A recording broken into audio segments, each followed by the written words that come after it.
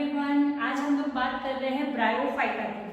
ठीक है Varun, last class का होमवर्क सब लोगों ने कुछ लोगों ने भेजा है, कुछ लोगों ने नहीं भेजा है। हाँ, मीत ने भेज दिया है, प्रीति ने भेज दिया है। ठीक है, बाकी के सब लोग जिनका बाकी है, शुभम ने भेज दिया है। सब लोग मेरे को सबसे पहले होमवर्क भेजो ताकि मुझे आइडिया है कि आप लोग कितना पढ़ रहे हो और कितना लेक्चर मेरा सुन रहे हो, सही कि नहीं। ठीक है, और ये टॉपिक सारे इंपॉर्टेंट है जो मैं बार बार क्लास में बताती रहती हूँ तुम लोगों को। ठीक है, तो आज हम लोग बात कर रहे हैं bryophyte. No doubt plant kingdom थोड़ा सा के थोड़ा मगअप करने वाला टॉपिक है, लेकिन उसमें सिर्फ एग्जांपल्स मगअप कर रहे हैं। बाकी सारे टॉपिक्स तो आप यहाँ पे ऐसे सुनोगे तो याद रह ही जाने वाले हैं। ठीक है, so let's start with bryophyta. Last class में हम लोगों ने ब्रायोफाइटा का जनरल कैरेक्टर्स देखा था कि वो लोग एम्फीबियन ऑफ प्लांट किंगडम है। ठीक है, ब्रायोफाइट्स में अंदर हमारे पास फॉल्स रूट जैसे स्ट्रक्चर है जिसको हम लोगों ने बोला है राइजोइड्स। ठीक है, ब्रायोफाइट के थोड़ा एक जनरल एक एग्जांपल है जो कि इंपॉर्टेंट है, दैट इज स्पैग्नम। ठीक है, ब्रायोफाइट का एक एग्जांपल है स्पैग्नम जिसका कॉमन नेम है पीट मॉस। अब ये मॉस मतलब ब्रायोफाइट का एग्जांपल मॉस है, उसका एक स्पेसिफिक पीट मॉस है, वो हम लोग एज अ फ्यूल यूज करते हैं। ठीक है, मतलब अगर मैं बात कर रही हूँ कि एनर्जी प्रोवाइडर के फॉर्म में यूज करते हैं। फॉर एग्जांपल उसको हम लोग यूज करते हैं as a packaging material.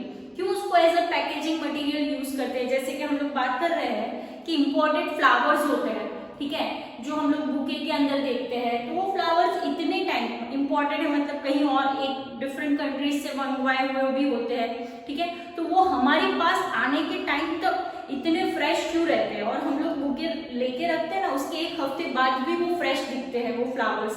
The reason is what कि उसको वो फ्लावर को हम लोग जब इंपोर्ट करते हैं तो उसके बेस पे पीट मॉस होता है जो कि ग्रीन कलर का स्पॉन्ज लाइक स्ट्रक्चर होता है। ओके, जिसके अंदर वाटर होल्डिंग कैपेसिटी सबसे ज्यादा होती है। फॉर एग्जाम्पल अगर मेरे पास 1 ग्राम जितना पीट मॉस हो तो वो 99 to 100 grams that is 100 ml जितना वाटर स्टोर कर सकता है, that is the water holding capacity, right. So ये क्वेश्चन 2 बार एग्जाम में पूछा गया है कि आपको फ्लावर्स को लॉन्ग डिस्टेंस ट्रांसपोर्ट करना है तो आप क्या यूज करोगे। ठीक है, that is peat moss. And sphagnum को एज अ हम लोग पैकेजिंग मटेरियल या फिर एज अ फ्यूल भी यूज करते हैं। स्पैग्नम का कॉमन नेम क्या होता है वो भी आपको पूछा जाता है, दैट इज पीट मॉस। ठीक है, नेक्स्ट हम लोग बात कर रहे हैं, ये जो मॉसेस है अगेन इंपॉर्टेंट है।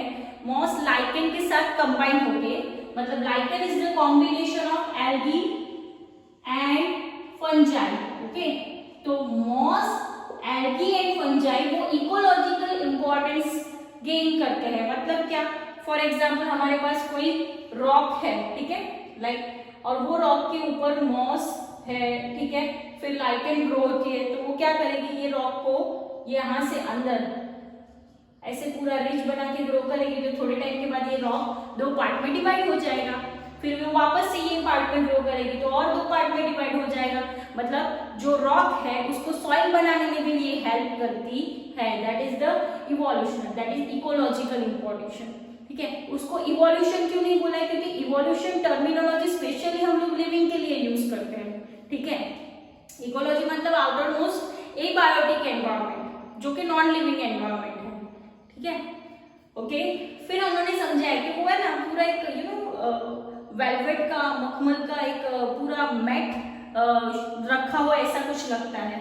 ठीक है, कौन, मॉस। ठीक है, तो मॉस या फिर हम लोग ब्रायोफाइट्स भी बोल सकते हैं इन जनरल, जो कि डेंस मैट है और उसकी वजह से सॉइल इरोजन होगा नहीं। मतलब अगर पूरा फ्लड आता है, पानी पूरा हम लोग इसके ऊपर अगर स्प्रेड कर देते हैं फिर भी सॉइल का ऊपर का लेयर निकलेगा नहीं। क्यों? क्योंकि वो डेंस मैट है। ठीक है, जो रूट के साथ टाइटली अटैच्ड है। क्लियर? और ठीक है, नेक्स्ट हम लोग बात कर रहे हैं लिवरवॉर्ट। ओके, तो ब्रायोफाइट के अंदर हम लोग जो पढ़ने वाले हैं 2 सब पार्ट्स या फिर example, that is the liverwort and moss है।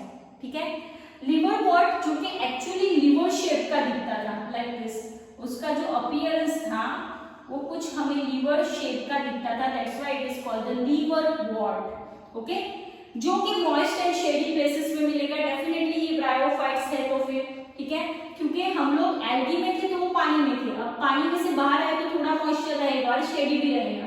फॉर एग्जाम्पल पॉन्ड के पास है तो आपको छाया भी मिलेगी एंड पानी भी मिलेगा।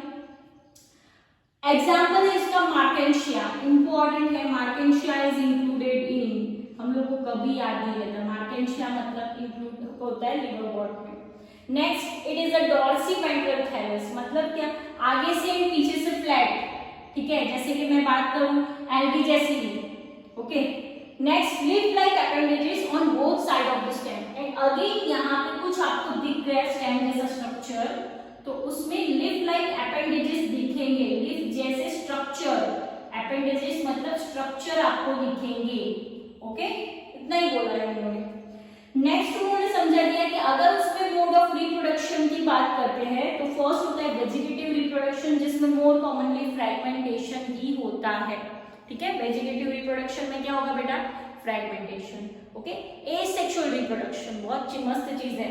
एसेक्सुअल रिप्रोडक्शन करेंगे तो इमेजिन करो कि अपना लीफ है कुछ, ओके, अब उसके पीछे की साइड को मतलब उल्टा कर दिया तो ये भी मुझे ऐसा ही दिखेगा, तो यहाँ पे मुझे ग्रीन कलर का ऐसा सॉइल चिपक जाता है ना, कुछ ऐसा लगता है हम लोगों को।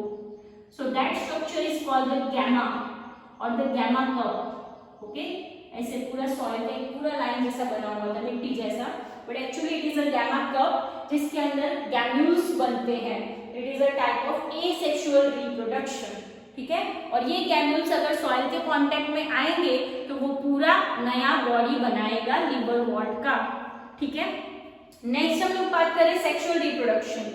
अब यहाँ पे सेक्सुअल रिप्रोडक्शन मतलब क्या, तो सबसे पहले सेक्स ऑर्गन होने चाहिए, जो कि मेरे पास male and female sex organs है, ओके। ये सेक्स ऑर्गन्स क्या करेंगे, गैमेट्स फ्यूज करेंगे तो हमारे पास स्पोरोफाइटिक बॉडी बनेगा, या फिर दो गैमेट्स फ्यूज हुए तो स्पोर्स बना। अब एक्चुअली ये जो स्पोरोफाइटिक बॉडी बना ना, ठीक है, दो गैमेट्स फ्यूज होके डायरेक्ट स्पोरोफाइटिक बॉडी बना, ऐसा समझो, मतलब दो गैमेट्स फ्यूज हुए एक सेल बना, एक सेल बहुत सारी बार मल्टीप्लाई होके एक बॉडी बनाया, ठीक है। वो बॉडी में अपने पास है फूड, सीटा एंड कैप्सूल, ठीक है। लेकिन ये कैप्सूल को मैं क्या बोलूंगी, स्पोरोफाइटिक कैप्सूल, जिसमें जो स्पोर्स है वो मियोसिस प्रोसेस करेंगे एंड हमें क्या देंगे, गैमेट्स देंगे। फिर से हम लोगों ने mail and female sex organ है तो गैमेट्स बना लिए, ये गैमेट्स फ्यूज हुए एंड स्पोर्स बनाए। अब ये स्पोर्स जो है उसने पूरा बॉडी बनाया जिसमें फूड, सीटा एंड कैप्सूल है, ठीक है। अब ये कैप्सूल के अंदर जो स्पोर्स थे उन्होंने मियोसिस प्रोसेस करके गैमेट्स बनाया और उसमें से पूरा बॉडी बनाया, that is called the gametophytic body. पहले गैमेटोफाइटिक स्पोर्स बनाया और स्पोर्स में से बॉडी, ठीक है। So that is called the gametophytic body that is present in liverwort if the sexual reproduction occurs then only, ठीक है। अब से मॉस में भी सेम जैसा ही है, लेकिन फिर भी हम लोग देखते हैं कि मॉस में क्या डिफरेंस है। तो मॉस के अंदर हमारे पास दो स्टेजेस हैं। फर्स्ट है that is predominant stage, okay, और the predominant stage, okay. And जो सेकंड स्टेज है, ठीक है, प्रीडोमिनेंट स्टेज जो है that is called the gametophytic stage, okay. तो गैमेटोफाइटिक स्टेज में भी अगेन प्रीडोमिनेंट स्टेज को मैंने गैमेटोफाइटिक स्टेज बोला है, एंड जो दूसरा स्टेज है that is called the sporophytic stage, okay, sporophytic stage. अब समझो क्या हुआ कि ये जो प्रीडोमिनेंट या फिर प्रोडोमिनेंट मतलब ये डोमिनेंट स्टेज है मॉस में, उसके अगर उसकी लाइफ 1 साल की है, 1 ईयर की है, तो 1 ईयर में कितने आते हैं, 12 मंथ्स आते हैं। ये सिर्फ इमेजिनरी बता रही हूँ। तो 12 मंथ्स के अंदर 12 मंथ्स में से वो 10 मंथ्स गैमेटोफाइटिक स्टेज में निकालेंगे, ठीक है, और बाकी के जो 2 मंथ्स है वो स्पोरोफाइटिक स्टेज में निकालेंगे। तो मतलब डोमिनेंट कौन सा हुआ, बड़ा कौन सा हुआ, दैट इज गैमेटोफाइटिक स्टेज, ठीक है। सो आपको एग्जाम में पूछेंगे कि ब्रायोफाइटा में कौन सा स्टेज डोमिनेंट है, तो हम लोगों ने बोला है गैमेटोफाइटिक स्टेज, ओके। अब गैमेटोफाइटिक स्टेज के अंदर भी हमारे पास दो स्टेजेस है। फर्स्ट है प्रोटोनेमा स्टेज, जिसमें फिलामेंटल स्ट्रक्चर होता है like this, okay, branched filament रहेगी like this, okay, and green colour की रहेगी, ब्रांच रहेगी, filamentous thin structure, that is called the protonema structure. And second हमारे पास जो सेकंड स्टेज है that is called the leafy stage, उसमें से छोटे छोटे स्पाइरली लीव्स निकलेंगे, लाइक उसको मैं कुछ ऐसे भी ड्रॉ कर सकती हूँ। ओके, स्पाइरली कॉइल्ड, लाइक ऐसे लीव्स निकलते हैं बेटा, लीफलेट लाइक स्ट्रक्चर निकलते हैं। Okay, like this spirally arrange leaves, like ऐसे स्पाइरल में लीव्स अरेंज होते हैं। मल्टीसेलुलर एंड ब्रांच राइजोइड, मतलब रूट में से जो रूट जैसे स्ट्रक्चर निकलेंगे, that is called the rhizoids.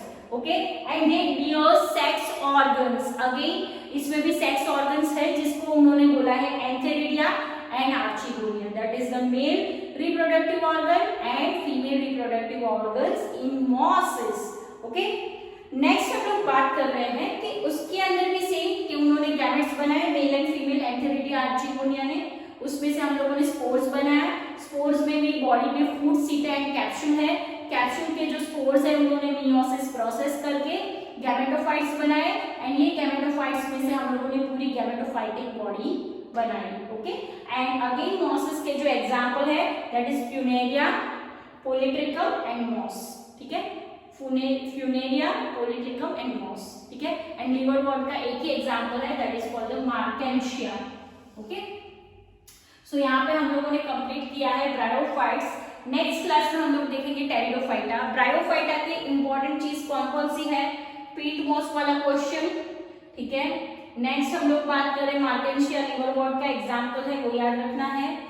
Next के फूड, सीटा and capsule is the characteristic of sporophytic body. फिर मॉसिस के अंदर हमारे पास डोमिनेंट स्टेज होगा गैमेटोफाइटिक, प्रोटोनेमा स्टेज में फिलामेंट्स बनते हैं, एंड लीफी स्टेज में स्पाइरल लीव्स बनेंगे। ठीक है, फिर इसके अंदर अगर मैं पूछूं ब्रायोफाइटा के सेक्सुअल ऑर्गन कौन से, तो इन जनरल आप एंथेरिडिया, आर्चिगोनिया बोल सकते हो। एल्गी में कुछ नहीं था, थैलोफाइटा में सेक्स ऑर्गन्स नहीं थे। क्यों नहीं थे? क्योंकि एल्गी यूनिसेलुलर था या फिर मल्टीसेलुलर, लेकिन टिश्यू लेवल ऑर्गेनाइजेशन उसमें बहुत कम था। ठीक है, तो टिश्यू ही नहीं तो ऑर्गन कहां से बनेंगे, ऐसा। एंड उसके example Funaria, Polytrichum and moss. ठीक है, that is for the day, have a nice day.